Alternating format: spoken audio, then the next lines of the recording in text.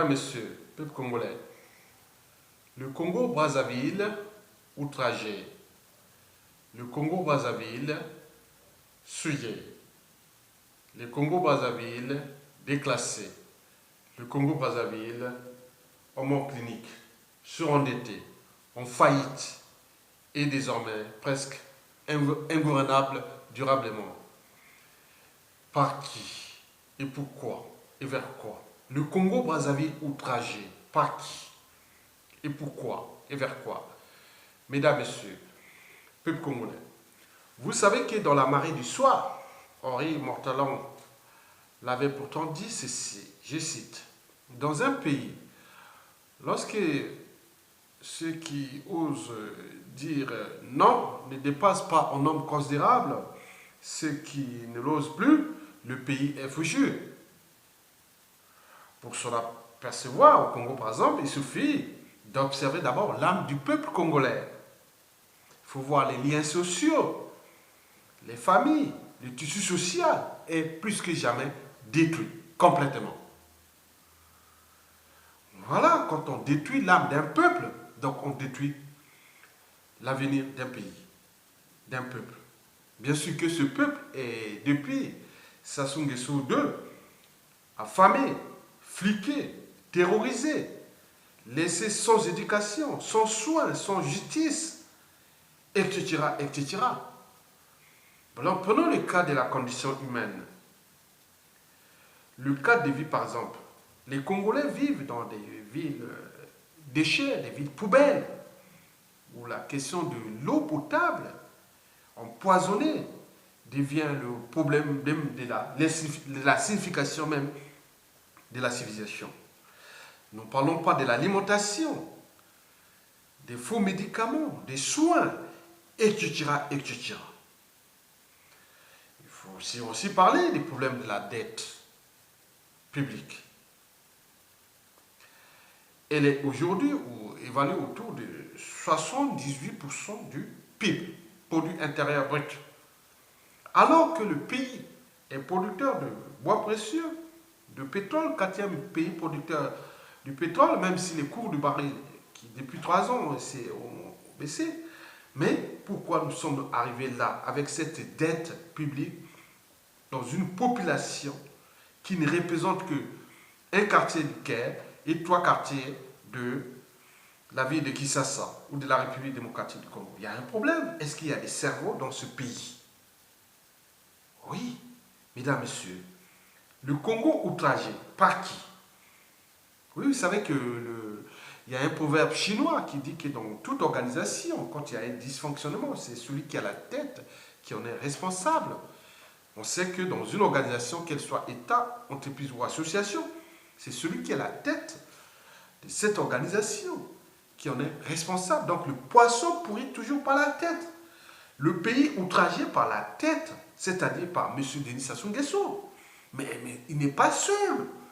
Il n'est pas seul le responsable. Il y a une chaîne de responsabilité civile et pénale avec tout le monde, tous les Congolais, du nord au sud et de l'est à l'ouest. Je parle du nord au sud, de l'est à l'ouest parce qu'on a fait comme au Congo. Il faut tenir compte des problématiques de tribalisme politique et de géopolitique nationale.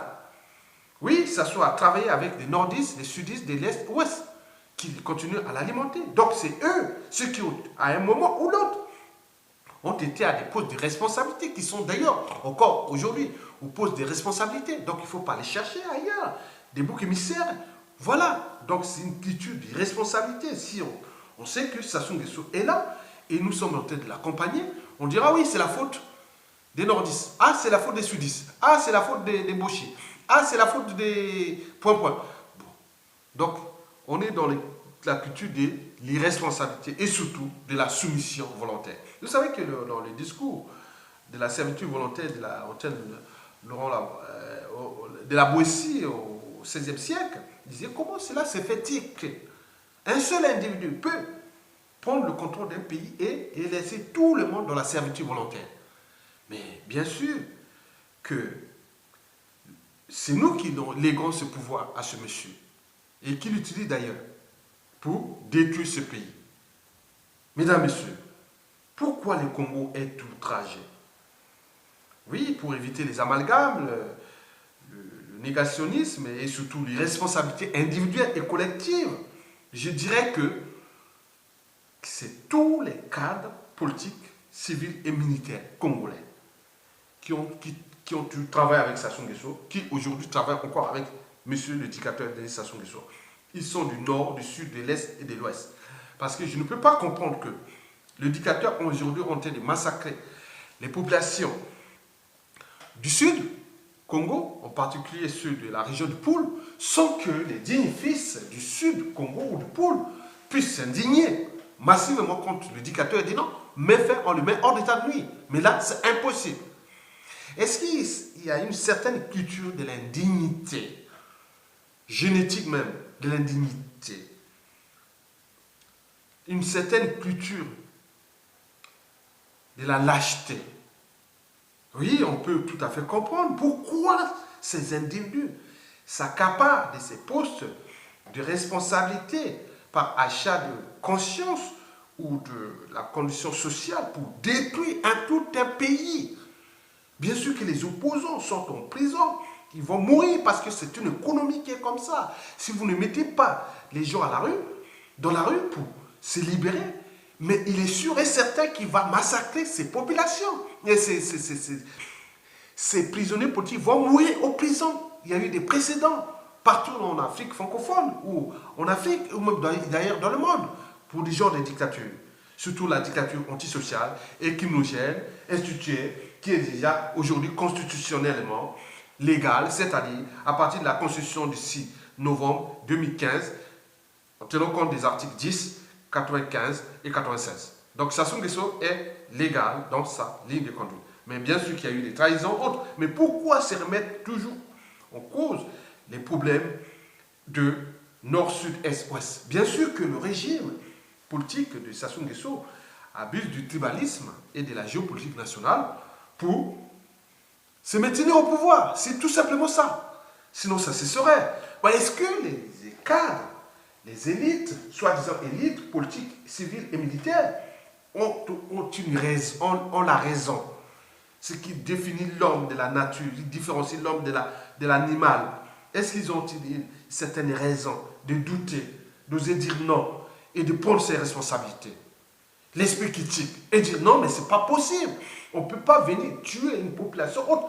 Les cadres là qui travaillent avec le régime, qui sont de ces régions, qui sont aujourd'hui sous le joug du tyran, c'est-à-dire, je prends le cas du Poul, je prends le cas de la région des plateaux, avec les Kombi-Sassa, les colonels Turumo, je prends aussi la cuvette sur tous les Makwa, qui aujourd'hui alimentent le régime. Mais non, c'est pas possible. Mais ici, ailleurs, on dit, mais c'est pas possible. Pourquoi on dit c'est pas possible? Parce que c'est pas normal.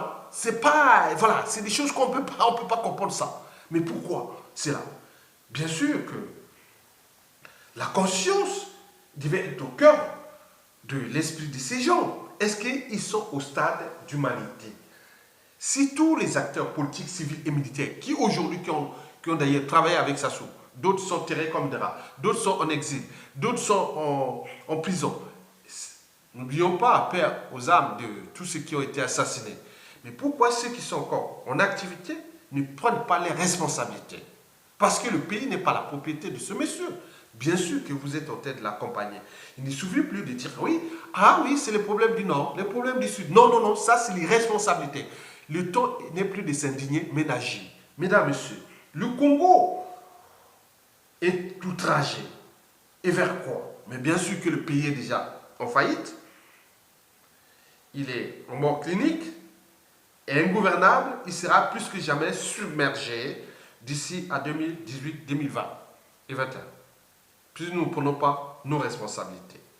Mesdames, Messieurs, vous savez que le dictateur Sassou Nguesso pense que le Congo est sa propriété. Donc, cela veut dire que le Congo n'a jamais existé avant lui et n'existera peut-être plus avant lui. Sauf s'il est lègue à sa dynastie, voilà, c'est tout. Et nous sommes en train de l'accompagner. Bien sûr que le régime a des investisseurs ou parce qu'il y a le dictateur lui-même, c'est quelqu'un qui a toujours exploité le Congo sans investir Peut-être qu'il a investi pour sa sécurité, pour ses réseaux d'achat de conscience et autres, et de ses actionnaires qui sont États, entreprises et associations du Parlement, avec tous les points vendus. Donc c'est un pays qui est sous occupation. Et pourquoi les dignes fils civils et militaires ne prennent pas les responsabilités devant l'histoire? Voilà. Mais il y a un problème. Ce qui se passe au Congo-Brazzaville. Prenons le cas aussi, par exemple, revenons les cas par exemple de la diaspora congolaise de France, où tous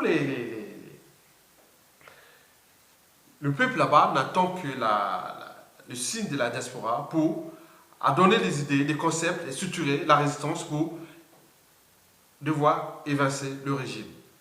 Mais là, on se rend compte que même au niveau de la diaspora, elle est déjà infectée. Pitié. Oui, la diaspora congolaise de France, par exemple, est infectée par le régime. Vous voyez que dans les manifestations, les réunions publiques ou privées, dans les réseaux sociaux, il y a des gens qui veillent, font des fiches, et sur les sites internet, ils donnent des adresses IP pour les résidents autres. Donc, ils touchent l'argent du régime. Donc, je me dis, il y a un problème. Vous êtes censé lutter contre le régime, et vous êtes aussi en train de prendre l'argent sale du régime. Il y a un problème, le paradoxe est là. Est-ce que vous êtes conscient de vos actes et comportements? Est-ce que vous êtes humain aussi à l'échelle de la résistance, de la matière grise, soi-disant matière grise congolaise de France ou d'Occident, qui est aujourd'hui très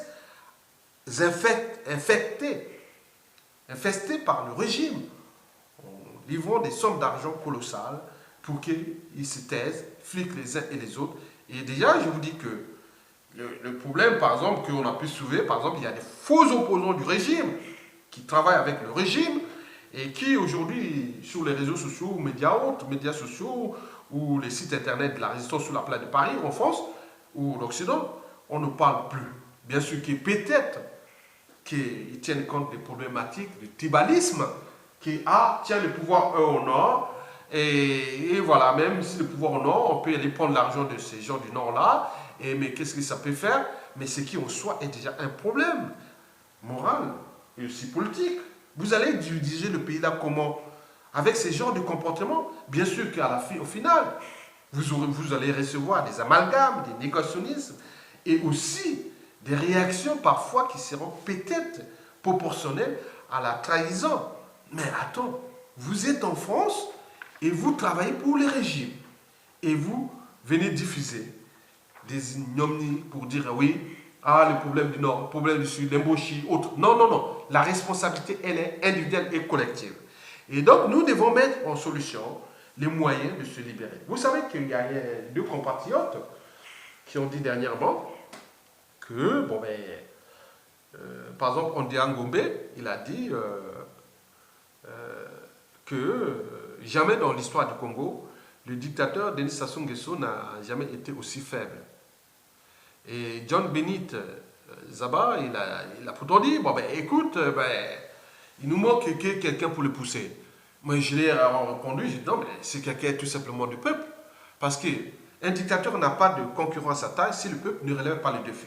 Vous savez que depuis Sassou Nguesso 2, on parle de 500 000 morts déjà tués. Et si nous avons 1,5 million de gens dans la rue, à Brazzaville, au moins une semaine de lutte, tous au palais, on va prendre ce palais. Nous aurons alors conquis notre liberté. Il ne s'agit pas d'acheter notre liberté. Bien sûr que le régime s'est entouré de forces centrifuges et des moyens colossaux qu'il utilise avec les comptes de l'État. Quand on voit partout dans le monde, dans les sociétés occidentales, en France, aux États-Unis, en Angleterre, aux Pays-Bas, autres, on dit les Noirs sont pauvres. Mais comment quelqu'un qui n'a même pas une entreprise, une start-up mondiale ou une multinationale puisse avoir tous ces moyens colossaux pour acheter la conscience mondiale de tous les pourriers vendus? C'est le bien commun, c'est le bien du Congo, c'est immoral. Mais aujourd'hui, on est en train de lui donner tous les moyens pour se préparer à tuer encore les Congolais. Le FMI, par exemple, cherche à lui donner des crédits. Pour qu'il puisse, soi-disant, faire fonctionner l'État et investir. Non, investir dans l'armement. Pour mater encore les Congolais. Est-ce que nous allons encore accompagner cela? Bien sûr que la diaspora congolaise de France est infecté. Bien sûr que au pays, il n'y a plus de dignité, il n'y a plus de courage. Voilà, les militaires ne vaut plus que même pas un clou. Donc il faut le dire.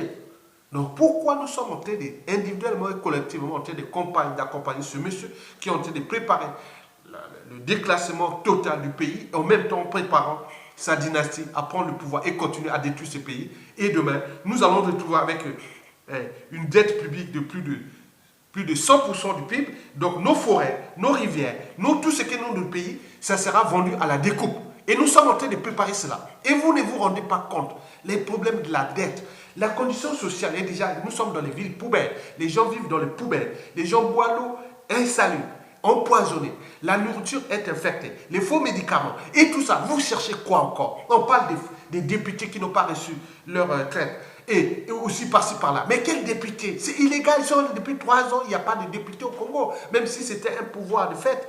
Mais là, il n'y a plus rien. C'est illégal, cette assemblée-là. Et vous êtes en train de parler de ça. Comme si c'est normal. Mais alors là, on est descendu très, très, très bas. Mesdames, Messieurs, nous devons prendre individuellement et collectivement nos responsabilités. Que vous soyez cas civil, militaire, autre. Si vous avez la capacité de prendre le pouvoir là, et quelle que soit votre tribu, vous avez la responsabilité. Parce qu'on dit que le chat, qu'il soit gris ou noir, pour qu'il attrape la souris. Donc, vous soyez militaire ou autre, faites le pouvoir. Il ne faut plus parler des problèmes du nord, du sud, du est. Vous pouvez prendre le pouvoir. Pourquoi le pouvoir? Et que c'est les mochis. Non, ce n'est pas possible. Vous êtes en train de les soutenir. En même temps, vous allez chercher l'argent de ce monsieur et de ce clan qui a confisqué les biens et deniers publics du Congo à sa solde pour se maintenir coûte que coûte au pouvoir et détruire ce pays. Bien sûr que les gros poissons mangent toujours les petits poissons.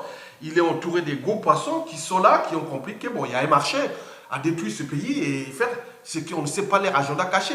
Mais le pays sera plus que jamais ingouvernable parce qu'on ne pourra plus avancer. Parce que ce régime a des embrouilles avec 9 familles congolaises sur 10. Qui dit 9 familles congolaises sur 10, dit 9 nouvelles intelligences politiques qui vont prendre le pouvoir sur 10. 99% de la population en fait.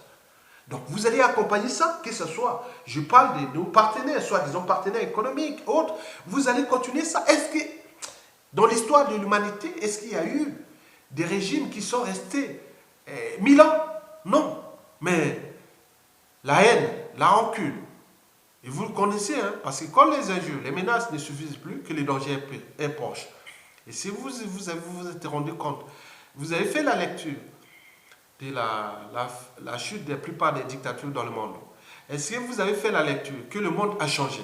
Il va changer tout au long du XXIe siècle. La culture globale et tous ces saints, tous ces voix, on connaît qui est qui. Est-ce que vous allez continuer que vous soyez acteur ou acteur digne ou indigne au pays, ou en Afrique, ou en France, ou dans le monde qui travaille avec ce régime? Vous croyez que le monde n'est plus au courant? Et demain, ça sont que ce soit les monopoles de détruire tout le monde et que demain, il n'y aura pas un autre aussi. Bon, donc, tous ces dangers, nous devons les repenser.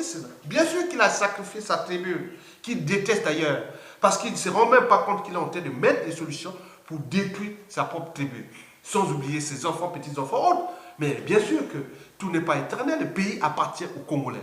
Et demain, si ça arrive, si cela va arriver, donc d'où l'enjeu de responsabiliser les uns et les autres et mettre les gens à la rue, et bientôt, préparez-vous, mettre les gens, il va tirer dans le bazar, mettez 1000, 5000 points, et les gens vont mobiliser, et ça va créer un bazar tout le monde, pendant une semaine ou un mois. Au bout d'un mois, nous aurons libéré, parce qu'on va rentrer dans l'engrenage, et le régime sera plus que jamais détruit. Et mis hors de notre état de nuit, bien sûr, mais nous, le but est de ne pas les tuer les gens, nous, le but est de rendre la justice du peuple, restaurant l'autorité de l'État, l'État et son autorité, les problématiques des devoirs et des mémoires, remettre à flot les comptes publics, les gens qui ont pris l'argent du Congo qui sont allés cacher à l'extérieur. Nous allons mettre les moyens disponibles qui seront travaillés au sein du pouvoir, des transitions ou le pouvoir qui arrive. Bon, à ce moment-là, nous mettrons des chasseurs de primes et des détectives privés pour aller trouver là où se cachent nos butins, avec des primes. Et nous mettrons des avocats et tous les réseaux parallèles et autres pour trouver là où se cache le bien, parce que le but est de refouiller les caisses de l'État congolais avec ces individus-là qui ont, ces kleptomanes, ces voleurs, ces gens-là, ces irresponsables, ces gens sous-humanisés, décivilisés et déshumanisés qui ont pris en otage un pays, qui ont été détruits toute une race qui s'appelle la race congolaise, la race noire, la race africaine à l'échelle congolaise. Voilà. Donc, c'est l'ennemi des Noirs, c'est les Noirs. Ce n'est pas les Européens, ni les Français. Vous pouvez faire, même si ça sont des choses aujourd'hui, se prépare pour ces législatives en juin. J'y ai, je ne sais pas, en attendant que le prochain président de la France va l'accompagner parce qu'il comprend que bon, la France, c'est pour lui le protecteur, il se sert là, mais en France, que ce soit le nouveau président, il y a une conscience, il a une raison. À un moment donné, il va dire non, c'est pas plus bon. Parce qu'on a tenté de suyer l'image de la France et de la France-Afrique. Elle est déjà, n'est plus fonctionnelle. Déjà, dans tous les bassins du Congo, prenons le Gabon, la Centrafrique, les deux Congos, le Burundi, sont déjà en mort clinique. Un gouverneur est failli. Bon, vous allez faire la francophonie avec quel pays? Allez faire seulement des représentations entre vous, entre mafia, entre... Voilà, ce n'est plus possible. Bon, vous allez parler de l'économie dans la zone franc, mais vous allez faire quoi? Les pays en faillite, tout est en faillite. Donc, il faut reconstruire les conditions de dynamisme économique, de valeur ajoutée dans la zone franc ou la zone France-Afrique et autres. Mais d'où l'enjeu du nouveau président que je lance l'alerte de la France, parce que j'ai voulu mettre le manifeste pour que nous mettions ensemble les solutions. Mais au niveau de la diaspora, il me semble que les intérêts sont dispersés. On ne sait pas, voilà. Donc, on met là-dedans. On laisse là. Bon, nous, je m'adresse déjà au président qui sera élu en France. Je veux qu'il faut changer de cycle. Et nous pouvons construire un écosystème nouveau, mais pas avec ce monsieur-là, parce que de toute façon, 99% de la population ne veut plus de ce clan. 99% de la population ne veut plus de Sassou Nguesso au pouvoir. 99% de la population ne veut pas que ses successeurs soient les gars de la famille de Sassou. Bon, 99% de la population ne veut pas que ceux qui vont diriger le pays soient les gens de ces faux opposants, qu'on connaît les noms et prénoms. Et ils les adressent parce qu'ils ont acheté leur conscience et leur liberté. Ils vont en France, ils circulent, ils viennent faire des meetings, ils font des allocutions, autres, on les connaît. Donc, les vrais opposants du peuple sont en prison. Donc, si vous tuez ces opposants, mais sachant que ces opposants ont un peuple, ils ont des liens sociaux, familiaux, tribaux, autres. Donc, ceux-là, d'une manière ou d'autre, ça reviendra toujours sur ceux qui ont détruit ces êtres dignes du Congo. Et ces êtres-là sont du nord, du sud, de l'est et de l'ouest au Congo. Bon, donc il s'agit d'un processus. Donc, le combat, nous devons le mener ensemble pour mettre les solutions de pression pour que le régime soit hors d'état de nuire. Même s'il y a des réseaux qui travaillent pour que le FMI ne prête pas l'argent à ce monsieur. Prêter l'argent à Sassou Nguesso signifie qu'on vous donne l'argent pour tuer les Congolais, pour lui donner les moyens de nuisance, les moyens de tuer les Congolais. Les FMI, vous êtes devant une responsabilité historique. Si vous donnez l'argent à Sassou Nguesso aujourd'hui, d'ailleurs cet argent ne sera jamais soldé parce que le monsieur n'a pas reçu mandat. Il est illégal, il est illégitime. On ne va pas légaliser l'illégalité. Voilà. Donc, si vous donnez l'argent à monsieur, c'est égal. Donnez les moyens à Sassou Nguesso pour tuer. Parce qu'il a eu tout le temps, 20 ans, avec tout le pétrole. Parce qu'il a reçu, c'est celui qui a géré 99% du pétrole congolais. Avec tous ces moyens-là. Si on compte en baril, avec tout ce qui... Mais regardez l'état où se trouve le Congo. Bien sûr que certains pourriers vendus du monde entier, ils sont enrichis et autres, mais dans leur conscience, ils ont des problèmes entre eux. Ils se disent, voilà, il y a quand même quelque chose. Et d'autres, leur conscience, ils commencent à se dire, oui, il y a un problème.